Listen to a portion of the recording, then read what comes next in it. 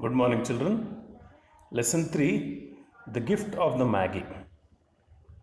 Now, what I have decided today is I am not going to read out the entire lesson for you people because you have your textbook and you can read the lesson in your textbooks.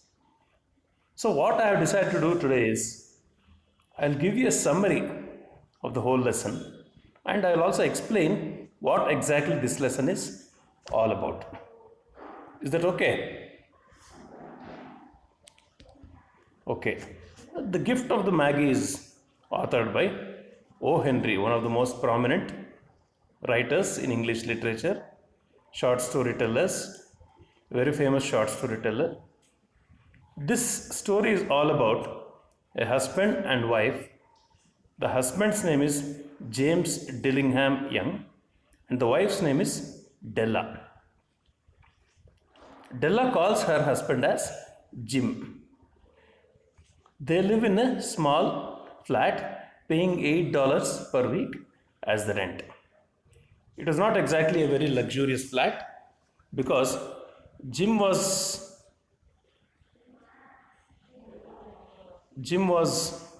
not exactly doing very well financially.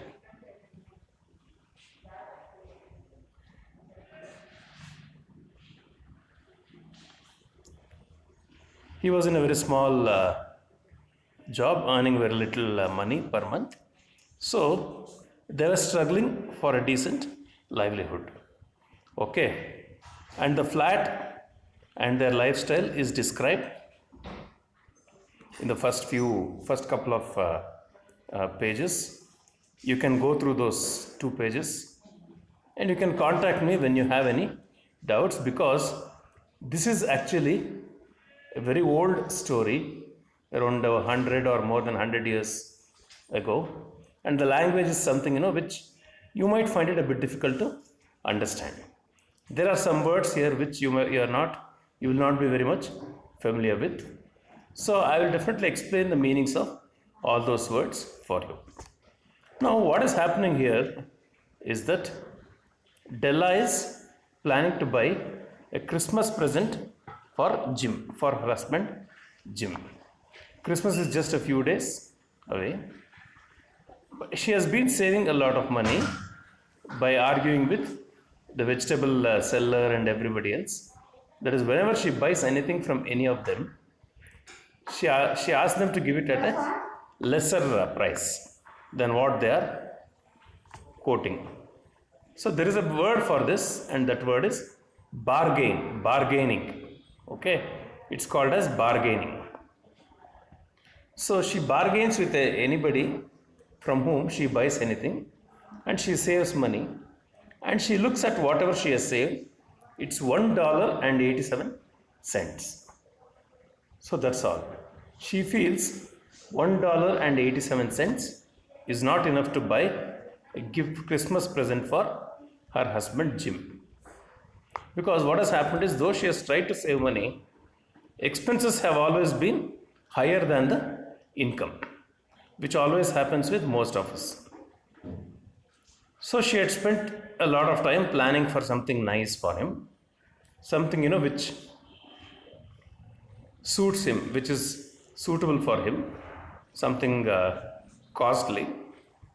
But now this $1.87 she feels is not sufficient to buy anything for Jim. It's a very small amount of money.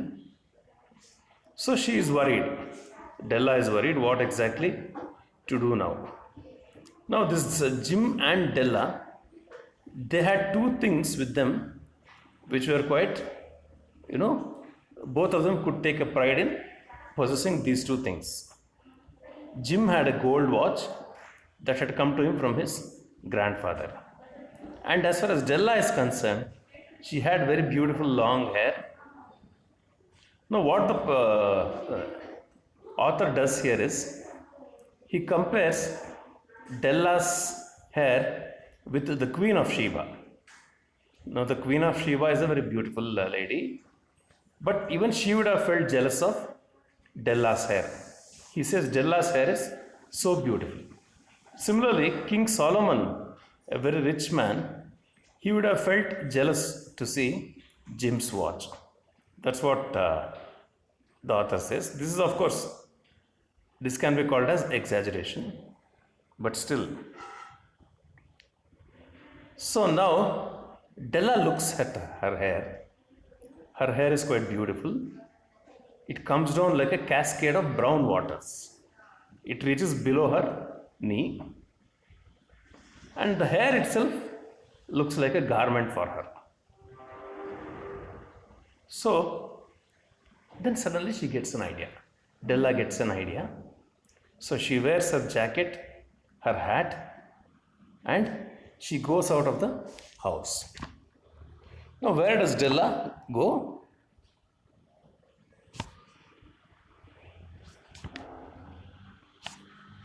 Della goes to a place which reads Madame Sofroni, hair goods of all kinds. It's a place, it's a shop owned by one lady whose name is Madame Sofroni. She deals with hair goods. Do you have any idea what exactly is meant by hair goods? Artificial hair. Many girls and ladies who don't have long hair, they wear an artificial hair when they go to an event or wherever it is. So such hair related goods are available with Madame Sofroni. So Della goes to this place. Why does she go there? She asks Madame Sofroni, will you buy my hair? Madame Sofroni says, I buy hair. That is my business. I would like to have a look at your hair. So Della takes off her hat and the hair comes down. Madame Sofroni has a look at Della's hair and she says, I will pay you $20 for this hair. Della wants the money very urgently. So the next 2 hours, Della spends the next 2 hours in Madame Sofroni's shop. Her hair is cut off. Her hair is cut off and Madame Sofroni keeps the hair and she pays Della $20. So Della goes to the stores to buy something for Jim, a Christmas present. And then she comes across something which she feels is the ideal one for Jim. It's a platinum fob chain for Jim's watch. She decides that this is the right gift for Jim. It suits him. She feels it suits him very well. So it costs her $21. Remember, she had $1.87 earlier. Now she combines that with the $20. So she pays $21 and she comes home with the 87 cents. Jim's watch was good actually. It's a very old watch. But the leather strap is quite old, so it doesn't exactly look attractive. So now when he replaces his leather strap with the chain, it will look very attractive. That's what Della feels. So Della goes home. Then she repairs her hair. Remember, her hair was cut off by Madame Sofroni. So now she decorates her hair in whatever little way it is possible. In around 40 minutes, she ties her hair in curls. So now how does she look now? She looks like a schoolboy. She is only scared about one thing. Jim should not feel angry. Jim should not get angry that she has cut her hair. So she waits for Jim. At 7 o'clock, Jim comes there. Jim was never late. So he comes at sharp 7 o'clock.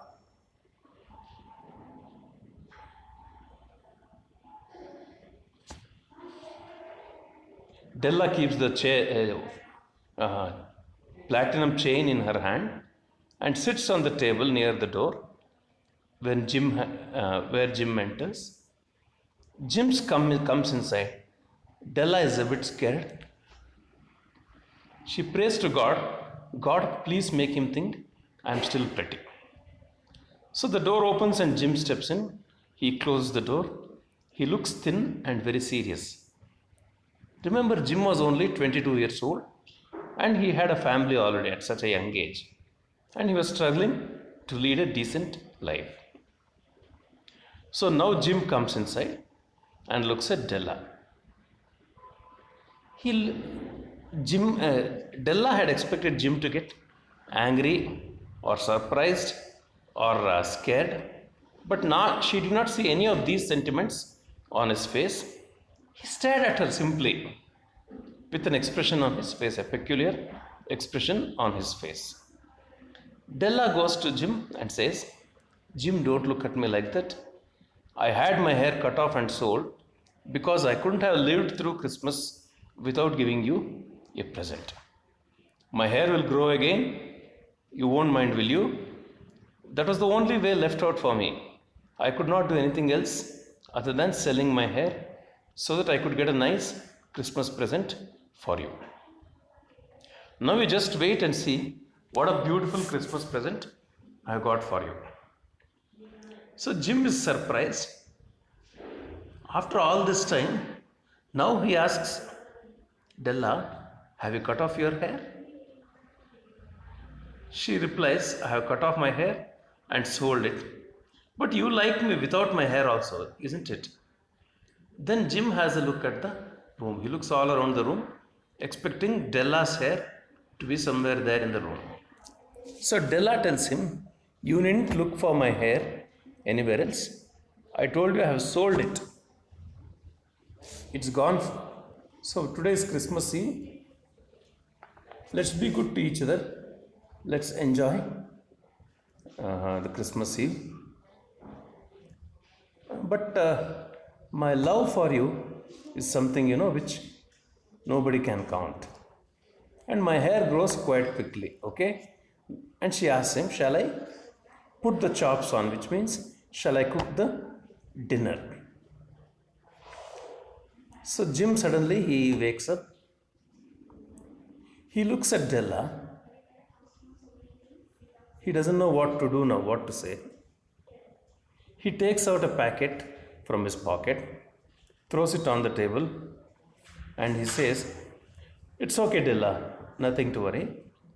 Whether you cut your hair or a shave or a shampoo, whatever it is, I'm going to like you as much as I was liking all these days. But just have a look at the gift which I have got for you. Then you will understand why I looked at you in a strange manner. Then Della opens Jim's gift, and there Jim had bought her a set of combs, beautiful tortoise shell combs with jeweled rims. He wanted Della to wear to decorate her hair with those combs, expensive combs. But now the combs were with her, but the hair which should have but she should have decorated her hair with those combs, but the hair was gone. She was still happy. She was thankful to Jim for getting her a nice gift, and she tells Jim, my hair grows so fast, Jim. Now Della has seen what Jim has got for her. Of course, she cannot use it right now because her hair is gone. But Jim had not yet seen Della's beautiful Christmas present for him. Now she holds her hand in front of Jim and opens her palm. She shows him the beautiful chain which she had got for him. She tells him, don't you think it's beautiful, Jim? Now you have to look at the time at least 100 times a day. Give me your watch. I want to see how it looks on it. Now Jim sits down in a place, puts his hands under the back of his head and smiles. He says, Della, let's put our Christmas presents away. Let's keep them away because we can't use them right now. They're too good to be used at the moment because I sold my watch to get the money to buy your combs. And now you can start preparing the dinner. So here the author mentions about the Maggie.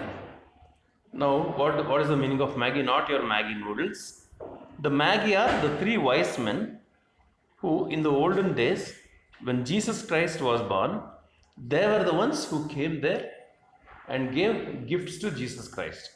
So they were the ones who started the tradition of giving presents on Christmas. The three wise men, they are called as the Magi here. Their gifts were definitely good ones, but the author says these two children, this couple, that is Jim and Della, were the wisest of all who give and receive gifts. They are wiser than the Magi, the three wise men. That's what the author says. Here, a quick summary of the stories. It's about a couple, Jim and Della. Della wants to buy a Christmas present for her husband, Jim. So she sells her hair, her long, beautiful hair, gets $20 and buys a nice present for her husband, which is a chain for his watch, a platinum chain for his watch. She waits for him to come home so that she can show her present to him. She is also scared that he might get angry because she has cut her hair. Jim is a bit surprised to see her having cut her hair. And he asks her, she tells him, I have cut my hair because I had to buy a nice Christmas present for you. There was no other option for me. I sold my hair and got the present for you, Jim. But don't worry, my hair will grow fast, so you need not worry. You can just enjoy the Christmas Eve. My hair will grow within no time. Then Jim tells her, nothing to worry whether you cut your hair or not. I'll continue to like you always. But first I want you to have a look at the gift which I have got for you. And he shows her a set of tortoise shell combs, very costly combs, with which he wants her to decorate her hair, which is not possible now because she has cut off her hair. And you know how Jim bought those pocket combs, those tortoise shell combs? He sold his watch and got the combs for Della. Just look at the irony of the whole thing, children. Della got a watch, a chain for Jim's watch, but he has sold his watch to get a present for Della. He got her a costly tortoise shell comb, but she has cut her hair so she cannot use the comb anymore. So both their Christmas presents cannot be used by them, but what they have done for this purpose shows how much they like each other. So this is the gist of the story. Some very tough words are there in the story, and the glossary explains the meanings of some of them. I will also share with you the meanings of some of these words, maybe when I share the notes with you. Okay, children? Now read the whole chapter in your textbooks. Any doubts you have, come back to me. I will definitely explain everything to you. In the next couple of days, I will be sharing the entire notes with you. Update your notes and submit them to me. Okay? So with this, I come to the end of this chapter. Have a nice day, children. Hope you enjoyed this particular story.